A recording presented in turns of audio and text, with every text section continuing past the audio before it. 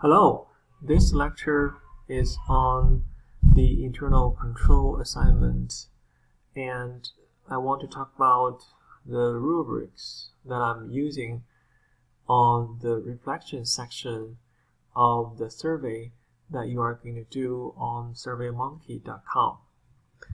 So remember, the paper itself has three parts. Talk about your company, list 3 control activities, and then discuss one weakness in the control at the company.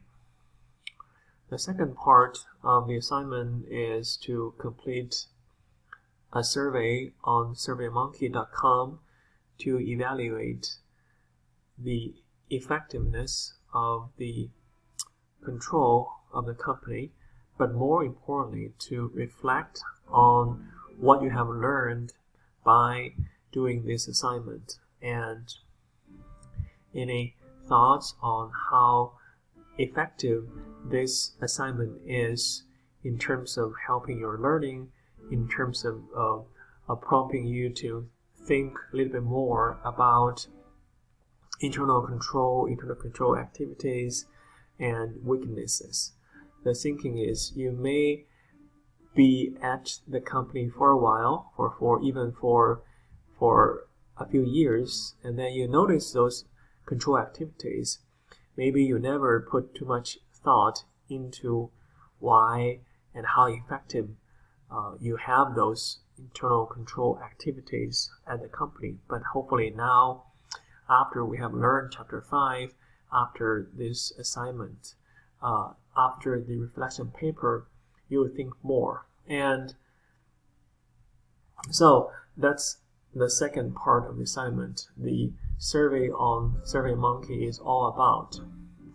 And then there are 6 questions, as I mentioned last time.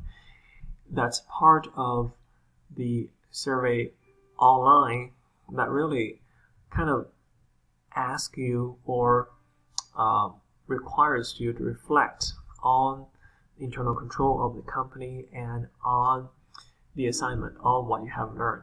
So, as you know, in the rubric, I'm going to give you some examples of how and the criteria, of course, on how I'm going to grade the reflection section or part of the online survey. So basically, for the 6 questions, I have 2 grades for each one.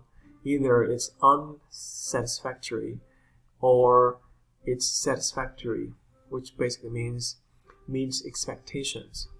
And the criteria I listed here, and then I put here some of the examples from previous students' writings, so that you know what I'm expect to read or to see. So the same thing for the other 6 questions. 2 grades, unsatisfactory and meet expectations, and then the criteria I use, and then examples from previous students' actual writing samples. So let's go over them very quickly. The first one, about the question, what are the advantages or benefits of using internal controls in a company?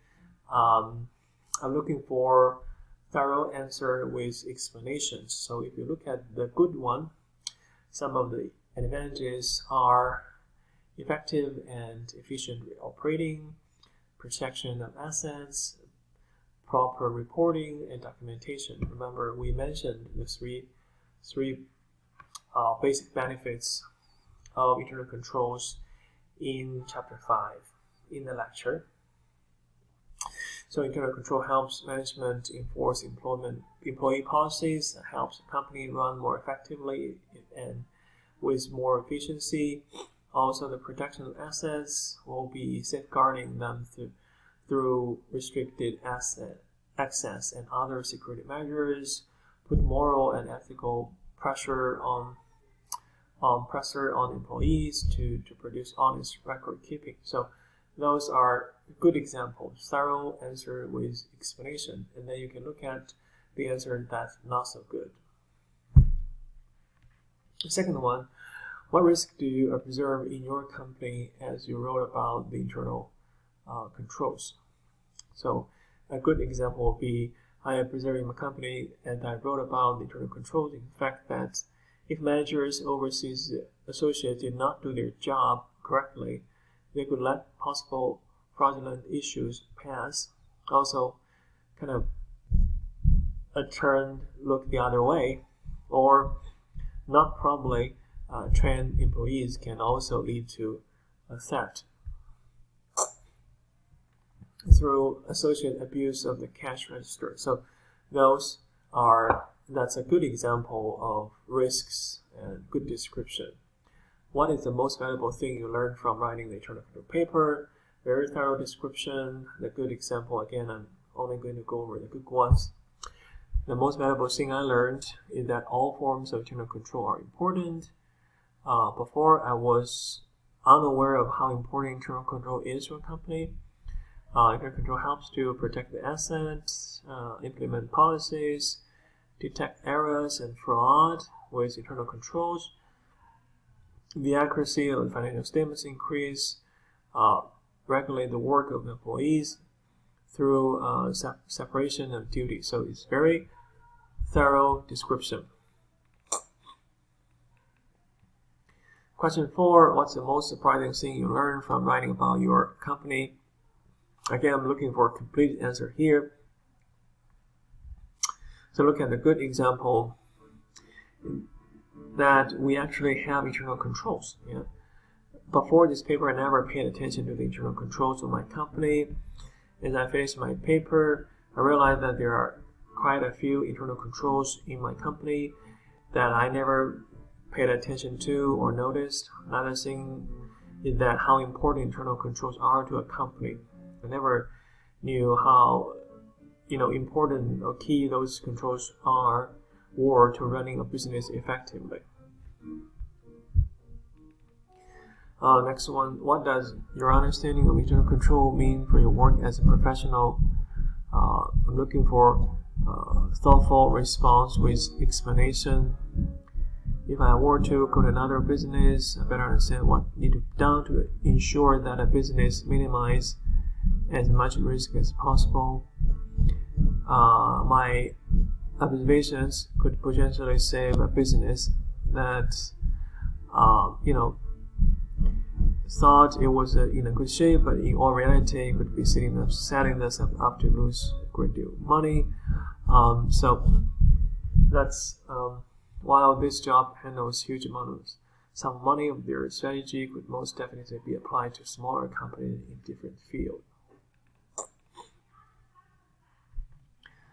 How will what you learn about internal control affect your future learning? Priorities or behaviors, thorough explanation and description. I never really paid too much attention to internal control previously. Many concepts like common sense, but they were all put together. Then you see each control attempts to achieve and how they all fit together as grid to make sure the business is protected both internally and externally. I feel that even if I work for another company in different field, I would look at how the business can better protect assets, help place me in a better position with the company if I could bring up relevant strategies to minimize risk. So as you can see, throughout the 6 questions, what I'm looking for are really reasonable. I'm looking for thorough answers with good explanation and good description. So more details and more complete answers are what I'm looking for. So I hope this lecture is helpful to you in terms of how you're going to write your reflection part, answer those reflection paper questions in the online survey.